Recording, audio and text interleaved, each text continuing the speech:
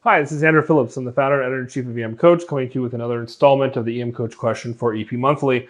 Take a look at the question, answer it to the best of your ability before I give away the spoiler alerts here.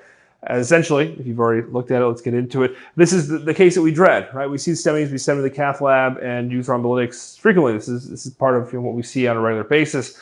But in this case, it's an aortic dissection. And I want to point out a few things about A, the diagnosis, and B, the management of this. First of all, the blood pressure is remarkably high. And although you can have that in a STEMI, when you have a blood pressure that high, you want to be thinking more about having an aortic dissection. That's part of the pathophysiology of that blood pressure going up with the aortic dissection, because you're getting a change in the flow of the blood so that the peripheral tissues are not getting perfused as well, and so the body starts to try to raise that blood pressure in order to perfuse those distal tissues, which of course makes the dissection worse.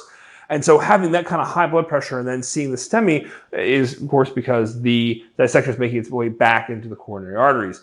The second thing I want to talk about has to do with the management of this. And a lot of times when you realize what's happening, it's too late. Esmolol is a very dilute medication. And it's great for being able to have very fast on, very fast off control of the heart rate, which of course you're going to need before you use your afterload reduction and your dissection. The problem is, because it's so dilute, before you know it, you can have given somebody a liter or a liter and a half of fluid in the course of just the esmolol, which of course you wouldn't want to do with someone having STEMI physiology, because you can cause flash pulmonary edema. So if you're not careful, you can wind up with someone who not only has an aortic dissection, which you're trying to reduce their blood pressure, but also somebody with the pathophysiology consistent with a STEMI and lessened contractility, which then causes a flash pulmonary edema, which is now going to reduce the oxygen content of the blood, right, with the flash pulmonary edema, and now you have a VQ mismatch.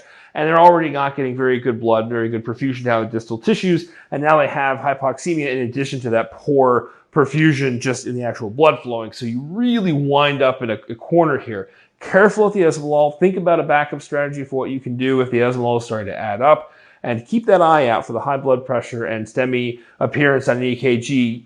Remember that you could be looking at a dissection that's making its way back into the coronaries.